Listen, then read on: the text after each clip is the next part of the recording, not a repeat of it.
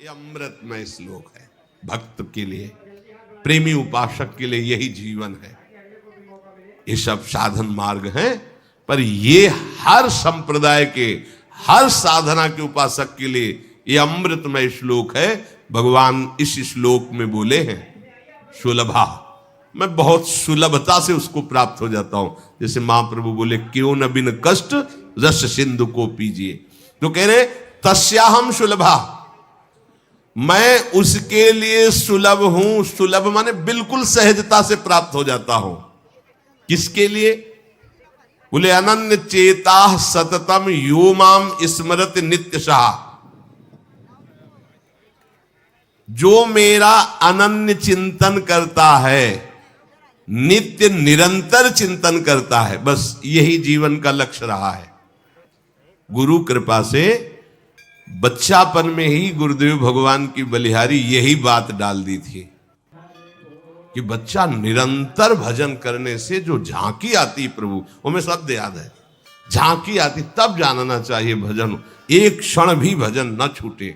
ये संस्कार अगर कहीं भगवान की कृपा से और मार्ग का गुरुदेव उपदेश करते तो एकदम कोरा स्वभाव था वही पड़ता, पर भगवान ने जहां जैसे पहुंचाना होता है वैसे ही, जैसे सन्यास मार्ग में भी थे तो हमारी निराकार में रति नहीं थी, गंगाधर भगवान शिव के रूप में आसक्ति थी।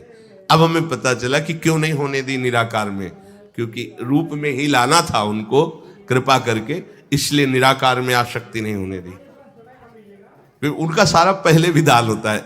गुरुदेव भगवान ने ये पिताश्री से कहा, पिताजी आए और कहा कि ये लड़का बाबा बनना चाहता है स्वामी जी।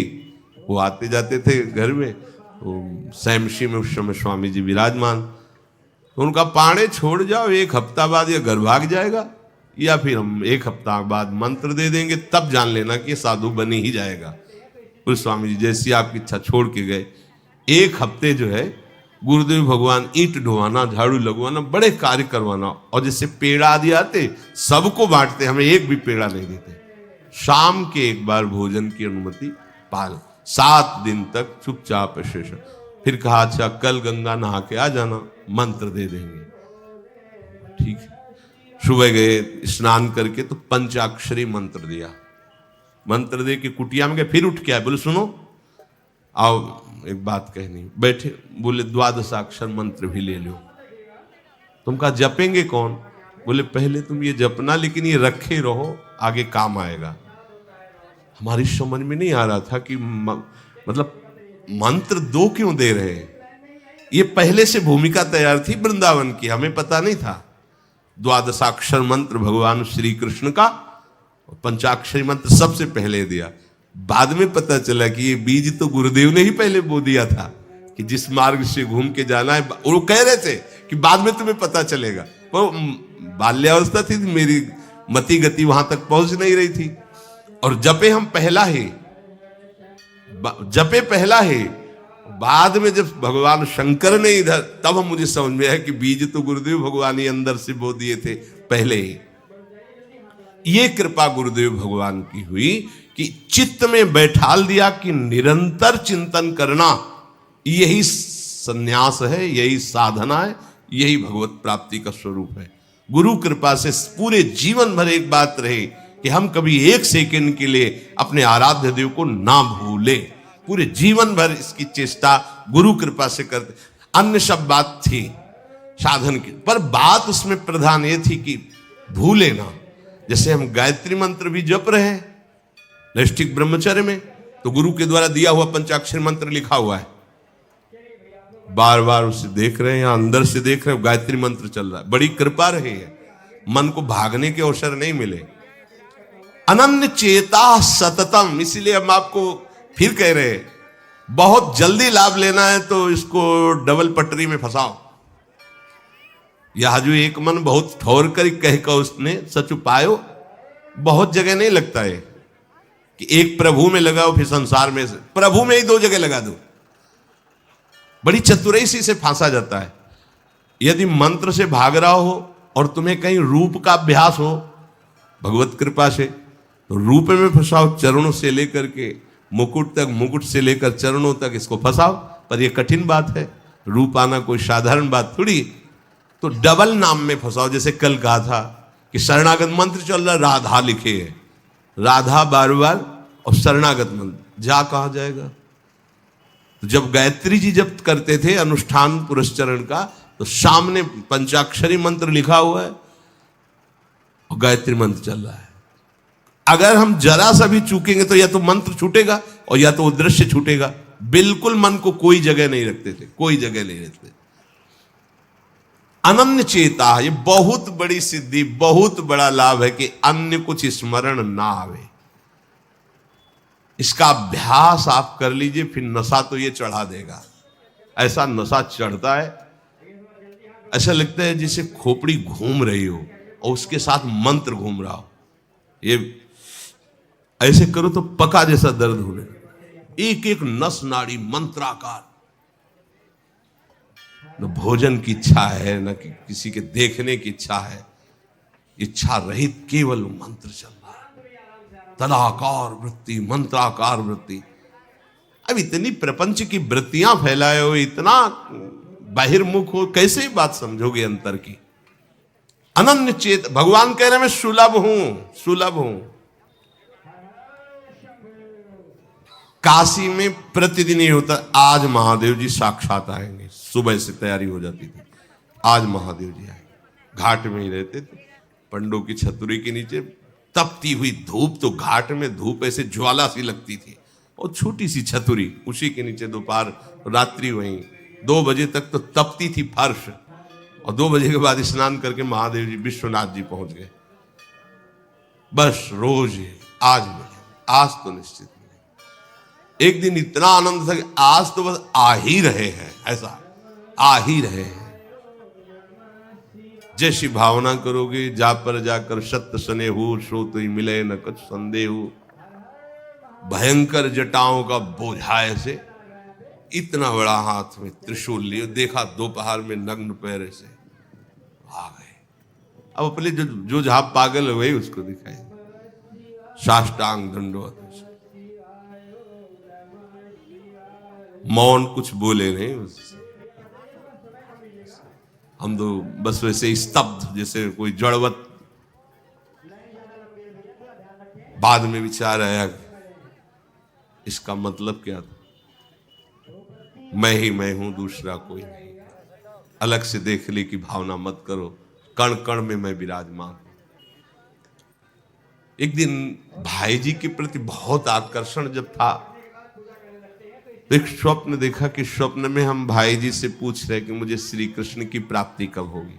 इसके बाद की बात, भाई जी ने ऐसे चश्मा करके ऐसे देखा, राधा बाबा बगल में बैठे, और कहा जब श्री कृष्ण बन जाओगे तब श्री कृष्ण की प्राप्ति होगी। जगने पर, बहुत विचार करने पर फिर यह कि श्री कृष्ण बन जाओगे, भाई जी का तात्पर्य क्या था, तब समझ में आ गया। मन कृष्णाकार, बुद्धि कृष्णाकार, चित्त कृष्णाकार, अहम कृष्णाकार, तब कृष्ण साक्षात्कार हो गया।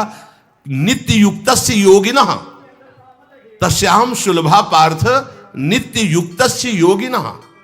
नित्य युक्त हो गया जिसका चित्त प्रभु को छोड़कर किसी भी भोग भूमि में, किसी भी ऐश्वर्य में, किसी भी सिद्धि में।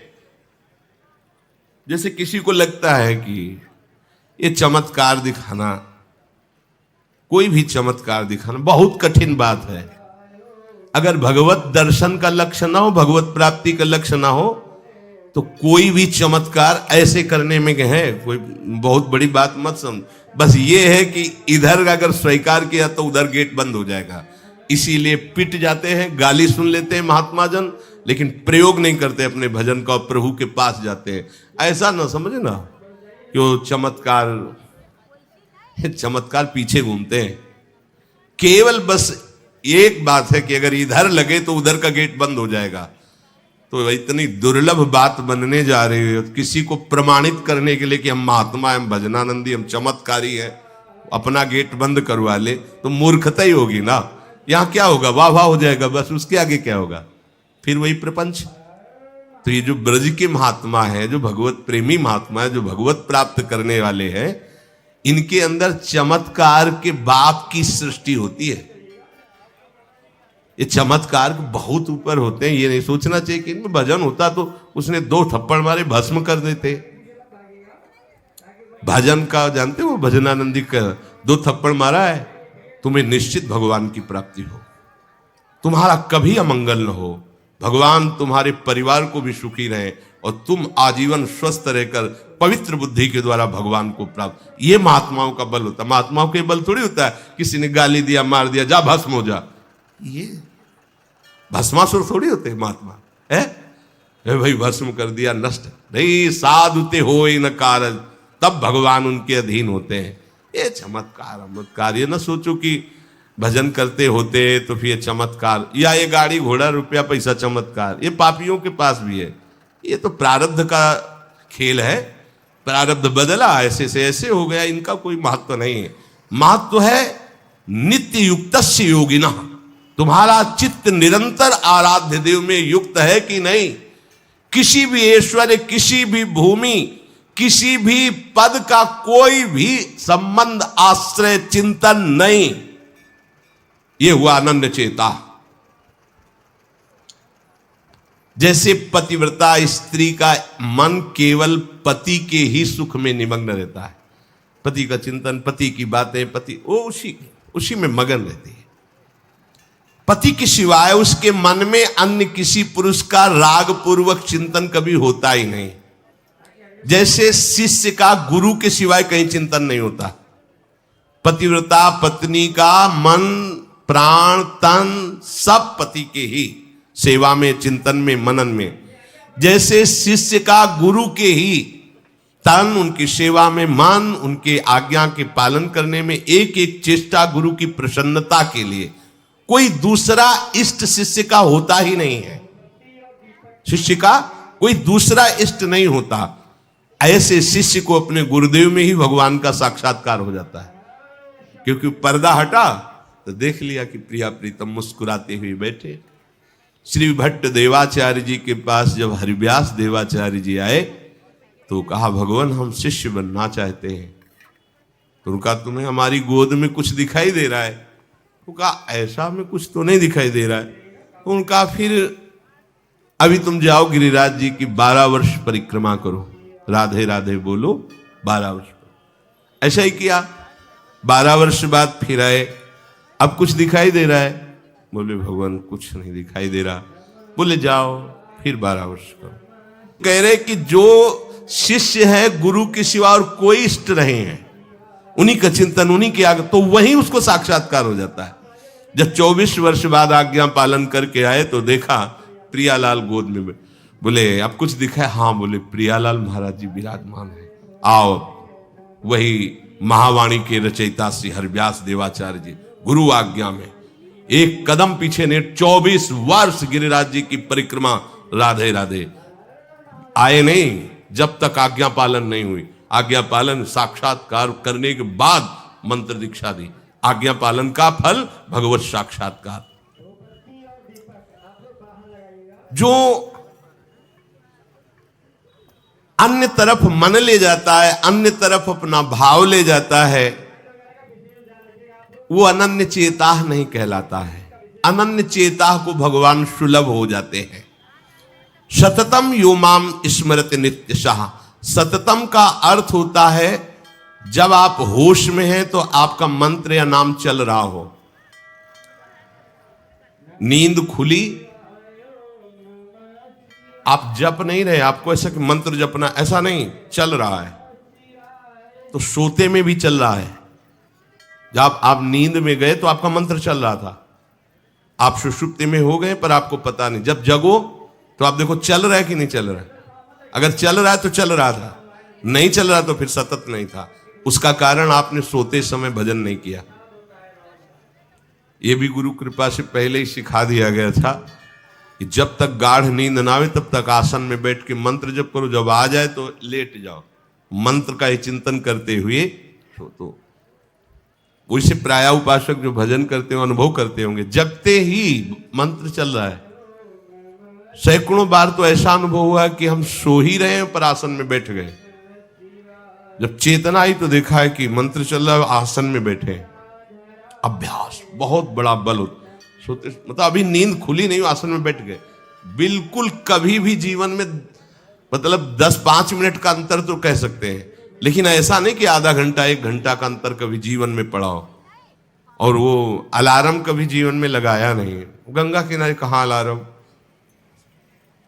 अभ्यास बहुत बड़ी ताकत होती, बहुत। आप सोचो, अभ्यास नहीं तो नेत्र खोल के भी निशाना नहीं लगा सकते, अभ्यास है तो शब्द पे गोली मार देगा, आवाज हुई ठीक वहीं गोली लगेगी। अभ्यास बहुत बड़ी ताकत होती है। अभ्यास इतना भजन का, सततम योमाम स्मृति नित्यशः, बहुत कठिन लग रहा है ये, पर एक बार मन पकड़ लेगा तो बहुत आनंद आएगा। कैसी कैसी आनंद वृत्तियां होती हैं निरंतर भजन करने वालों की। दूसरे की जरूरत नहीं, अपने आप में नाचता है, अपने आप में बातें करता है, अपने आप में हंसता है, अपने आप में खेलता है, उसे किसी और की जरूरत नहीं होती। वो अपने आप, जो आप है ना, वो अपने आप से खेलता है, अपने आप में हंसता है, अपने आप से बातें करता है। जो भगवत प्राप्ति करना चाहता है, जो अध्यात्म की ऐसी ऊंचाई पर पहुंचना चाहता है जहां काम क्रोध लोभ मोह मद मत्सर ईर्ष्या द्वेष इनका प्रवेश ही नहीं, इनकी पहुंच ही नहीं है, कितना उस हृदय में आनंद होगा जिसमें कोई कामना नहीं, कोई द्वंद्व प्रभावित नहीं कर पा रहा। और यही तो प्राप्त करने के लिए हमें मानव देह मिला है। पीछे के पद में भगवान ने भक्त्या युक्तः शब्द का प्रयोग किया था। भक्ति युक्त, भक्ति प्रभु के सिवा अन्य कोई हमारा प्रिय न रह जाए, यह है भक्ति की कसौटी। ज्ञान की कसौटी, आत्मरति के सिवा और कहीं रति न रह जाए। आत्मावान, आत्मरति, आत्म क्रीड़ावान। बात एक ही है, हम श्री कृष्ण बोले, ज्ञानी आत्मा बोले, योगी परमात्मा बोले, भक्त भगवान बोले, वो एक ही बात है। पर अन्य कुछ रह जाना, ना वो ज्ञानी है, ना वो योगी है, और ना वो भक्त है। भक्त्या युक्तः, प्रभु के सिवा अन्य कोई सत्ता नहीं, अन्य कहीं महत्ता नहीं, अन्य कहीं अपनापन नहीं। चाहे वो वस्तु हो या व्यक्ति हो या स्थान हो, चराचर जगत में कहीं भी अपनी प्रियता न रह जाए, इसी का नाम भक्ति है। कहने को भक्ति सरल लगती है, पर इसीलिए कठिन है कि सब जगह की प्रेम फांसी को काटकर एकमात्र आराध्य देव से प्रेम करना बड़ा कठिन है। बातें बना लेना बड़ा सरल है, पर अपनी ममता को, आसक्ति को समेट पाना बहुत बहुत कठिन है। कोई बिरला साधक ऐसा होता है जो अपने लक्ष्य की तरफ रखता है, भगवान सामने, सदगुरुदेव सामने, पर ये दुष्ट इंद्रियां और मन जगत को ही पाना चाहते हैं, जगत को ही भोगना चाहते हैं, जगत को ही देखना चाहते हैं। कैसी मलिनता। इसलिए भक्त्या युक्तः, बातें केवल कर लेना थोड़ी होता कि हमें भगवत प्राप्ति करनी। भगवत प्राप्ति करनी है तो इसके मूल में सारी बात आ गई कि अब मुझे और कुछ चाह नहीं रखनी, और कोई कामना की पूर्ति नहीं करनी, और किसी से अपनापन नहीं रखना, मुझे प्रभु चाहिए। ये सावधान हो जाइए, आप एकांत में भी भगवान के सामने हैं, आपको हमारे श्यामा श्याम देख रहे हैं। ऐसी भावना से हर समय सजग रहोगे तो पापाचरण बंद हो जाएंगे। पापाचरण बंद होते ही हृदय प्रभु की तरफ भाग पड़ेगा। प्रभु की तरफ भागना क्या है? प्रतिक्षण उनका गाढ़ चिंतन। फिर किसी सुख की तुम्हें आकांक्षा नहीं करनी पड़ेगी, किसी सुख का तुम्हें अभाव नहीं लगेगा। इह परलोक सकल सुख पावत, मेरी सो भैया कृष्ण गुण संचु।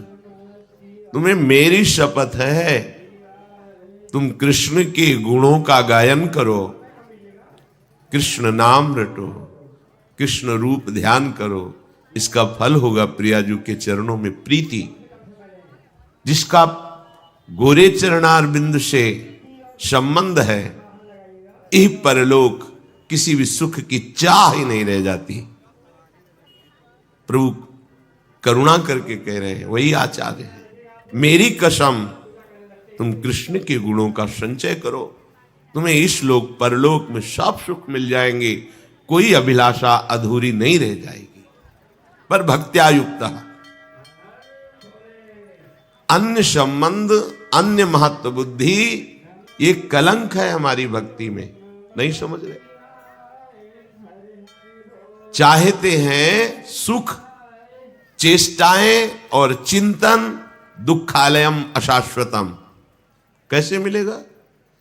चाहते हो अविनाशी पद और भोग दृष्टि रखते हो विनाशी की, प्रियता रखते हो विनाशी की, गाढ़ चिंतन करते हो विनाशी भोगों का, कैसे अविनाशी पद का अधिकार प्राप्त होगा?